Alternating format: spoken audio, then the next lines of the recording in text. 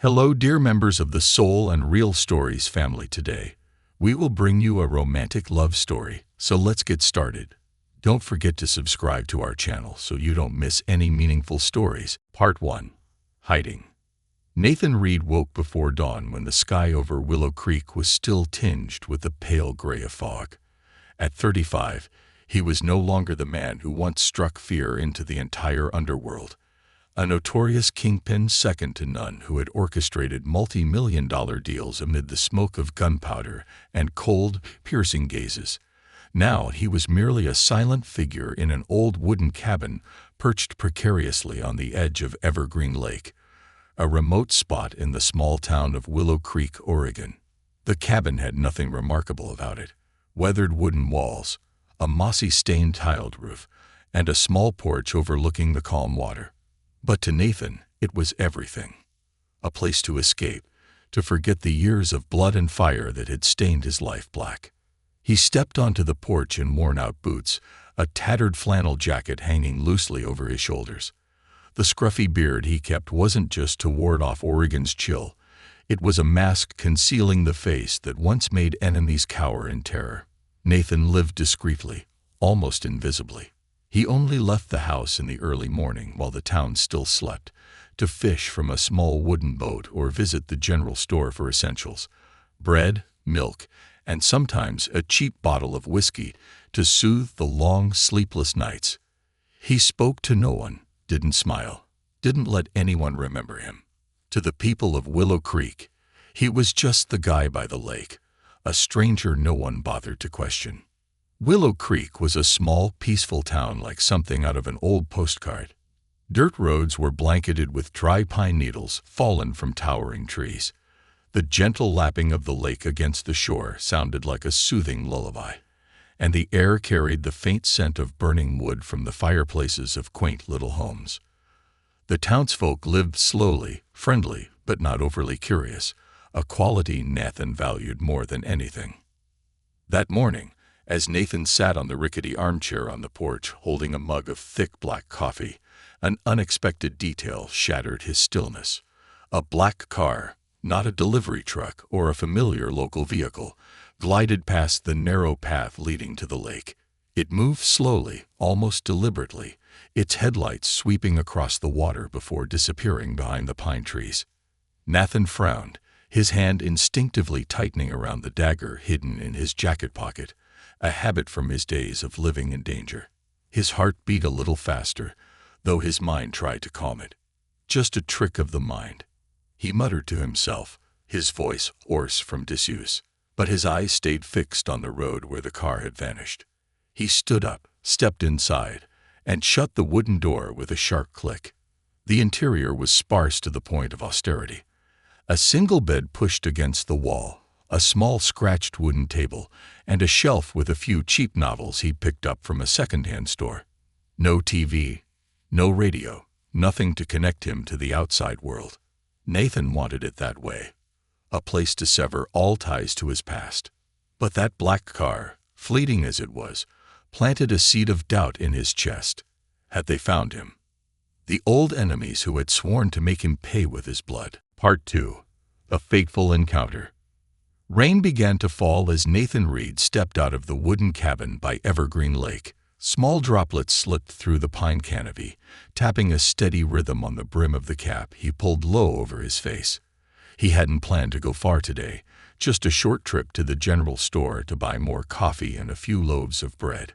But as the rain grew heavier and the cold wind cut through his thin flannel jacket, Nathan decided to seek shelter.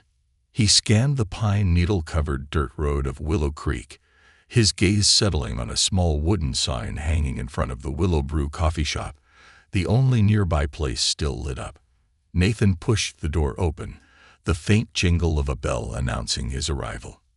Inside, the warmth stood in stark contrast to the chill outside. The aroma of roasted coffee filled his nostrils, mingling with the scent of burning wood from a small fireplace in the corner. Round wooden tables were neatly arranged, a few paintings of lake scenes hung on the walls, and a modest bookshelf brimmed with old novels. Behind the counter, a young woman was wiping glasses. Emma Parker, 28, the owner of this coffee shop. She had naturally tousled brown hair tied loosely at the nape of her neck, sparkling blue eyes like the lake at dawn, and a warm smile that could melt anyone, even someone like Nathan. Emma looked up, her smile widening when she saw him. "Hiding from the rain?" she asked, her voice gentle but radiant. Nathan nodded without replying, pulling his cap lower to shield his wary eyes. He chose a table near the window, sat down, and stared out at the rain pelting the glass. He didn't want to talk, didn't want to be noticed, just needed a quiet corner until the storm passed. But Emma, with her cheerful and curious nature, wasn't about to let him fade into the shadows so easily. She walked over, setting a mug of warm water in front of him. "Consider it a welcome gift for a new customer," she said, winking. Nathan glanced at the water, then at her, replying in a low voice, "I don't drink water." Emma laughed, unfazed. "Then let me make you a coffee on the house. Rain like this without something warm in your hands is just too dreary." Nathan started to refuse, but before he could get the words out, a loud crash echoed from the corner of the shop. 3 drunken men, their jackets soaked through, were causing a ruckus at a table near the fireplace. One knocked over a chair, the wood clattering to the floor with a thud, while another jeered, waving a beer bottle around. Emma frowned, stepping forward with a calm but firm voice. "Gentlemen, please sit down or leave. I don't want trouble here." But the group didn't listen. The tallest one, his face flushed red from alcohol, grabbed Emma's arm, slurring, "Why so serious? Get us more beer." Nathan clenched his fists under the table, his eyes narrowing. He didn't want to get involved. He'd sworn to steer clear of trouble, to live invisibly. But as Emma yanked her arm free and the man advanced closer, he couldn't stay seated. He rose, approaching with a slow, powerful stride like a predator restraining its strength. "Let her go," he said, his voice low but icy. The drunks turned, ready to mock him, but Nathan's piercing gaze made them falter. The tall one snorted, lunging with a clumsy punch. Nathan sidestepped swiftly, then locked the man's neck with his left arm, slamming him onto the table with just enough force to subdue him without making a scene. The other 2 moved to jump in, but he fixed them with a stare, his voice steady. "Get out. Now." The calm authority in his demeanor, paired with his discreet strength, sent all 3 stumbling to their feet, muttering curses as they staggered out. The door slammed shut behind them, leaving the coffee shop in silence. Emma stood there, eyes wide, a mix of surprise and gratitude on her face. She brushed her hair back, regaining her composure. "Thank you. I didn't expect you to be that strong." Nathan didn't reply, heading back to his table, intent on leaving immediately. But Emma hurried over, placing a hand on the counter to block his path. "Wait, at least let me treat you to a coffee, okay? I owed you." Nathan shook his head, his voice gruff. "No need." But she wouldn't relent. "Then at least tell me your name." "I'm Emma, the owner here." He hesitated, his eyes tracing her radiant face. "Nathan," he said curtly, then pulled his cap down and stepped out into the rain before she could say more. Emma watched him disappear into the downpour, her gaze full of questions. "Nathan," she murmured, as if the name were a puzzle to solve. The man who just saved her wasn't just strong. He carried a mystery that she couldn't stop thinking about. Part 3. Days of Closeness. One early autumn morning, as pale golden sunlight filtered through the pine canopy and spilled onto the dirt road of Willow Creek, Emma Parker stood in front of Willow Brew Coffee Shop, hands on her hips, staring intently at the wall behind the counter. The wooden surface had faded, marred by stains from days of leaking rain, and she decided it was time for an upgrade. She wanted to repaint the wall and add a small bookshelf in the reading corner so customers could sip coffee while relaxing with a novel. But Emma knew she couldn't do it alone. She was clumsy with anything requiring strength, and a screwdriver had already proven to be her greatest challenge. Nathan Reed passed by the shop on his way back from the lake, carrying a fishing rod and a small bag of fish he'd just caught. He intended to walk straight past without glancing sideways, but Emma spotted him from afar. "Nathan," she called out, her voice as radiant as the morning sun. He stopped, turned around, and frowned as she waved enthusiastically. "I need some help here. Are you free?" Nathan sighed, his eyes flickering with reluctance. "Help with what?" he asked, his tone flat as if eager to end the conversation quickly. Emma grinned broadly, pulling him toward the wall. "I want to repaint this spot and build a little bookshelf too. You're so handy. Last time you fixed the glass door in no time. Help me out, and I'll pay you with free coffee for a month." Nathan looked at her, then at the wall, his hand unconsciously tightening around the fishing rod. He didn't want to get too involved. The closer he got to someone, the easier it was for them to ask questions about him. But Emma's sparkling eyes and the sincerity in her every word made it impossible to refuse outright. "1 week," he replied curtly. "No more." Emma clapped her hands, bouncing like a child. "Fantastic. Let's start today, okay?" That afternoon, Nathan showed up at Willowbrew with an old toolbox and a few cans of paint Emma had bought from the town store. He wore a rolled-up shirt, his cap pulled low as usual, and began working without much talk. Emma bustled around him, helping and chatting away. "What color do you like?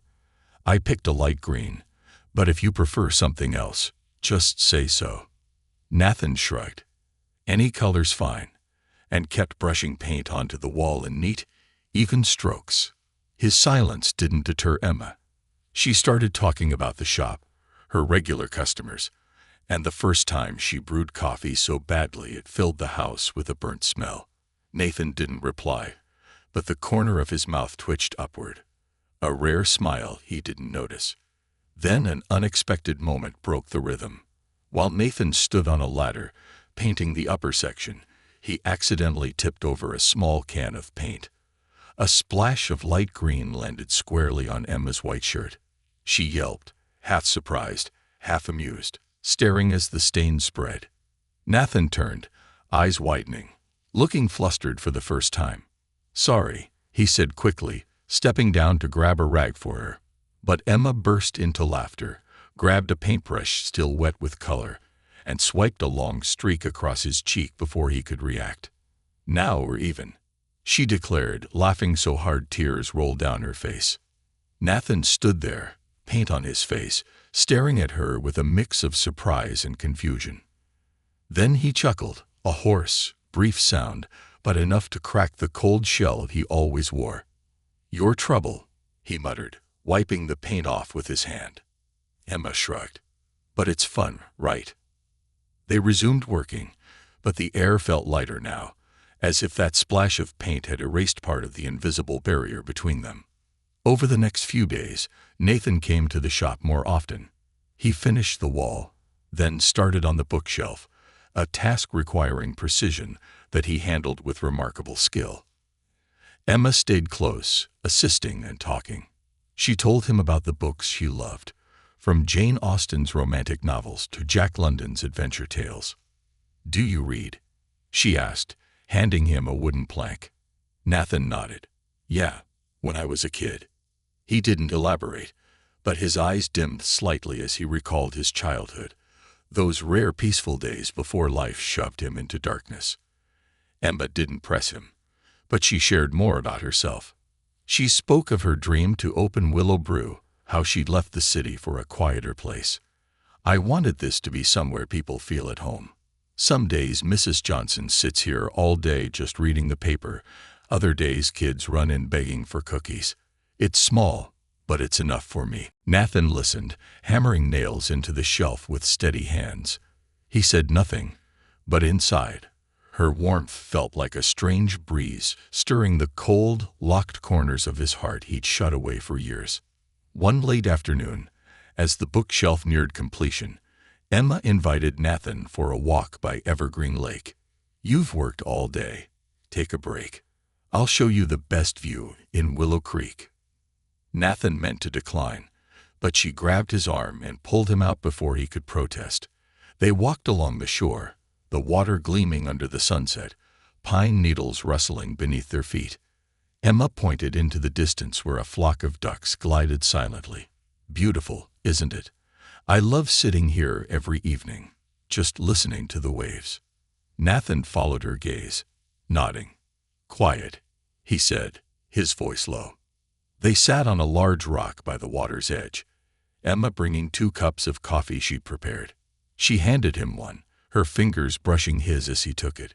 Nathan felt the warmth of her touch, and for a fleeting moment, he wanted to hold her hand. But he pulled back quickly, gripping the cup to stifle the urge. Emma didn't notice, or pretended not to, continuing to talk about the afternoons she'd spent dreaming there as a kid. "I wanted to be an astronaut, fly to Mars. But now, I just want to be here, with the shop and this lake." Nathan watched her, his gaze softening at her smile. "My childhood didn't have dreams," he said suddenly, his voice hoarse. Emma tilted her head, curious. "Really? Tell me." He hesitated, then spoke briefly. "My family was poor. My dad died early. I had to work young. No time to think about Mars." He stopped, unwilling to delve into the years that followed, when he'd stepped into the underworld to survive. Emma smiled gently. "And yet here you are, quieter than my dreams. Funny how that works." Their lakeside walks became a routine. They met after closing the shop, strolling by the water, talking about simple things, how strong or mild to brew coffee, which books were worth reading, or how Mr. Thompson in town had just gotten a new dog. Their bond grew through subtle moments. Nathan's eyes gentled whenever Emma laughed, his hand brushed hers when passing a cup, and he found himself standing a bit closer to shield her from the cold wind. Emma sensed the shift but didn't push him to say it. She quietly savored their closeness. Yet Nathan always maintained an invisible line. Whenever Emma probed deeper, "How long have you lived by the lake?" or "Where's your family?" he answered briefly, then changed the subject. He feared that if she knew the truth, that he'd once been a crime lord, that his hands had been stained with blood, that old enemies might be hunting him, she'd turn and run. He didn't want to ruin these peaceful days, didn't want her warm eyes to look at him with fear or distance. One evening, as they sat by the lake, Emma suddenly took his hand. "Nathan, I don't know much about you, but I like being around you. You don't have to tell me everything. I just want you to know that." Nathan stared at her small hand in his, a strange feeling rising, warm yet painful. He wanted to speak, to open up, but memories of the past, gunshots, blood, the scar on his chest, kept him silent. He squeezed her hand lightly, then let go, standing up. "It's late. Let's head back," he said, his voice hoarse. Part 4. Unexpected Moments. That evening, Willow Creek was shrouded in a thick fog, draping the small town in a cold gray cloak. Willow Brew Coffee Shop had closed, its faint golden lights spilling weakly onto the pine needle-covered dirt road. Emma Parker stood behind the counter, reviewing the day's ledger, while Nathan Reed helped her clean up, as had become his habit in recent days. He gathered chairs into the corner, swept the floor with steady motions, his strong hands working instinctively as if it were the only way to keep his mind from drifting to dark memories. Outside the counter, Alex, the new employee Emma had hired to help on weekends, was wiping down the last table before heading home. At 19, Alex was tall and lanky with tousled blonde hair, still awkward but eager. Emma glanced at him, smiling faintly. "You did great, Alex. Be on time tomorrow, okay?" Alex nodded. "Yes, Miss Emma. I'm heading out." He grabbed his jacket and was about to leave when the shop door suddenly swung open, the sharp jingle of the bell cutting through the quiet. 2 unfamiliar men stepped inside, their menacing presence unmistakable. The taller one wore a black leather jacket, his eyes sharp and cold as a blade, hands in his pockets but clearly gripping something. The shorter one, bald, scanned the room with restless eyes. They didn't resemble Willow Creek's locals, no trace of the friendliness or ease of regular customers. Alex froze near the door, startled, while Emma looked up from her ledger, her smile fading. Nathan, sweeping in the corner, stopped, his eyes narrowing as he recognized them instantly. Henchmen from his old organization, sent to probe, to confirm if Nathan Reed was truly hiding here. The tall one approached Alex, his voice low and gravelly. "Shop's closed, huh?" "No problem. Just got a quick question." He tilted his head, eyeing the employee with scrutiny. "You work here, so you must know the townsfolk, right? Any tall, quiet guy hanging around lately?"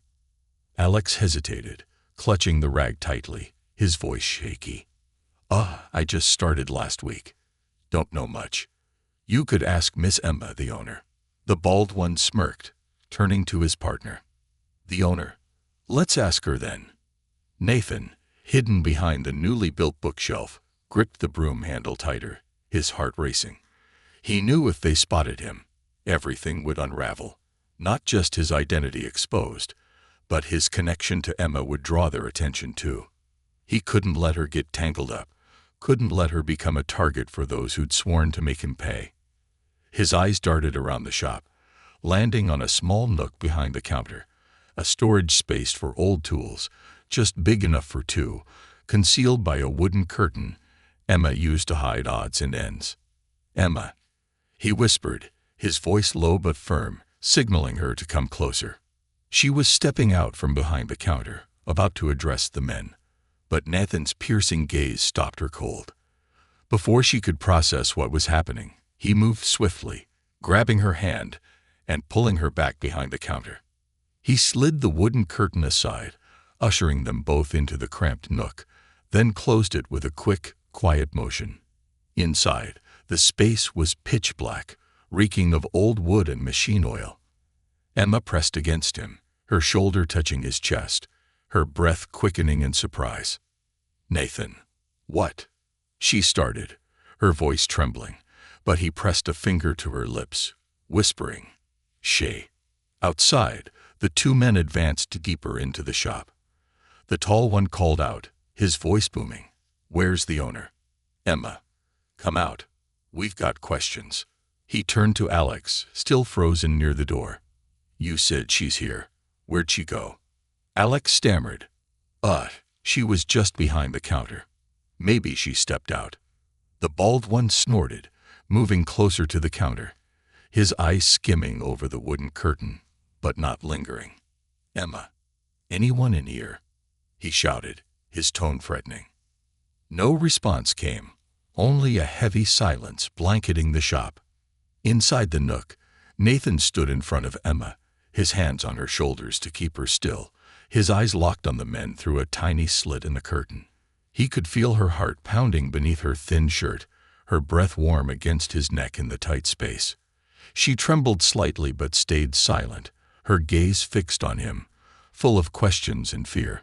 Nathan held her hand tighter, a silent reassurance, though he was tense too.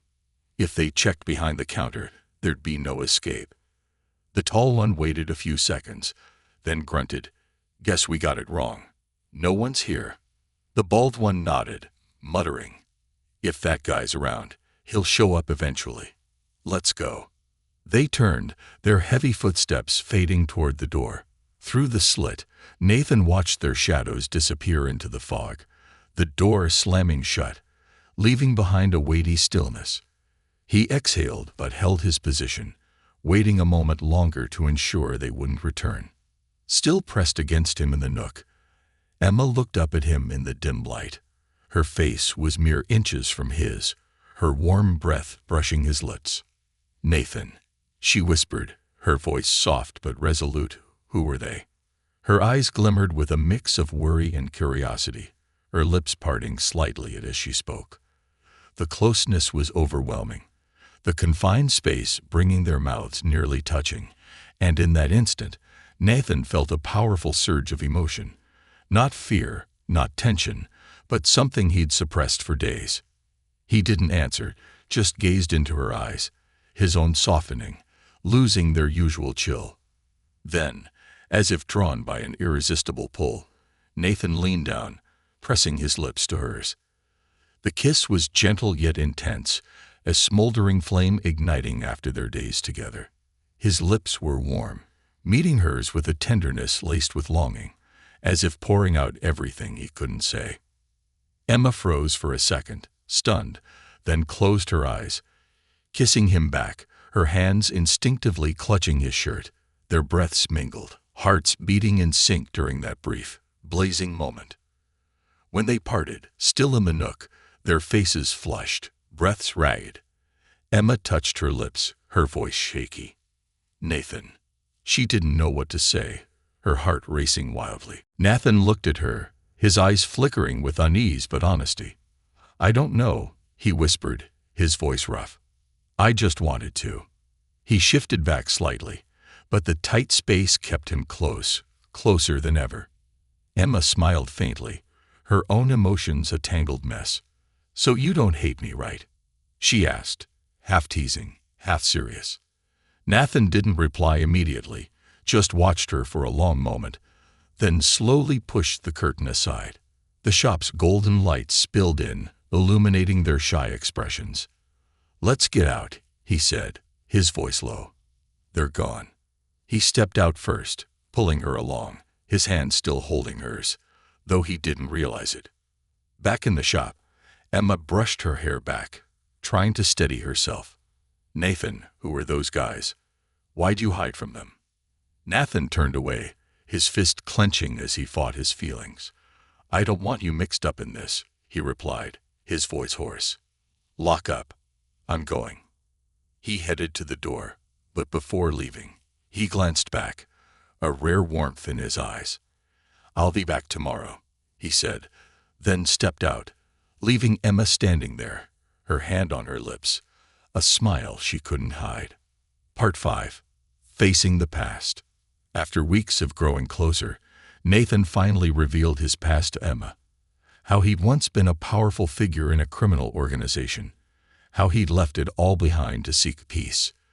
The black car at the lake, the men at the coffee shop, they were searching for him, intent on revenge. Emma, though shocked, didn't pull away. "I don't care who you used to be," she told him firmly. "I only care about who you are now." Faced with the threat of his past, Nathan made a decision. He contacted his former right-hand man, Vincent, requesting a meeting to end the hunt once and for all. He didn't tell Emma, not wanting her involved in the danger. The meeting took place at the edge of the forest. Vincent came with armed men waiting in the distance, but Nathan stood his ground. "I'm done with you all," he said calmly. "I'm not going back, not threatening anyone. Leave Willow Creek alone. I just want to live quietly." Vincent hesitated, their shared history weighing on him. Finally, he fired a shot into the air, a signal to his men. "To me, you're dead from now on," he said gruffly. "I'll tell the boss I shot you. But if they find out you're still alive, don't blame me for not warning you." Nathan returned to town, weary but unburdened. He went straight to Emma, who was worried by his absence. When he explained what he'd done, she embraced him tightly. "Don't scare me like that again," she whispered. "Whoever you used to be, I only need the Nathan I have now." Epilogue. Years passed. Nathan and Emma married, expanding the coffee shop into a warm gathering place for the town. They had a daughter, Lily, who grew up beside Evergreen Lake, far from the shadows of her father's past. One spring morning, Nathan read in the newspaper that his old organization had been busted by police. His past was truly over. As they grew older, they remained by the lake, watching their daughter take over the coffee shop. They sat on their porch in the evenings, hands entwined, gazing at the sunset over the water. "Did you ever think we'd have a family like this?" Emma asked quietly one day. Nathan squeezed her hand, his voice rough with emotion. "No, but I'm glad we did." The lake sparkled under the sunset, reflecting the elderly couple and their daughter's silhouette. Willow Brew glowed in the distance, a testament to the years they'd lived fully, and Willow Creek remained peaceful, embracing their little family forever. Thank you for following. This heartfelt story of soul and real stories channel, share your thoughts about the story in the comments below. If you believe that true love can withstand all trials and sometimes begins in the simplest of ways, don't forget to hit the like button and share this story with your friends to never miss out on touching and meaningful stories. Subscribe to our channel and help us spread messages of love and warmth to everyone. Let's cherish the beautiful.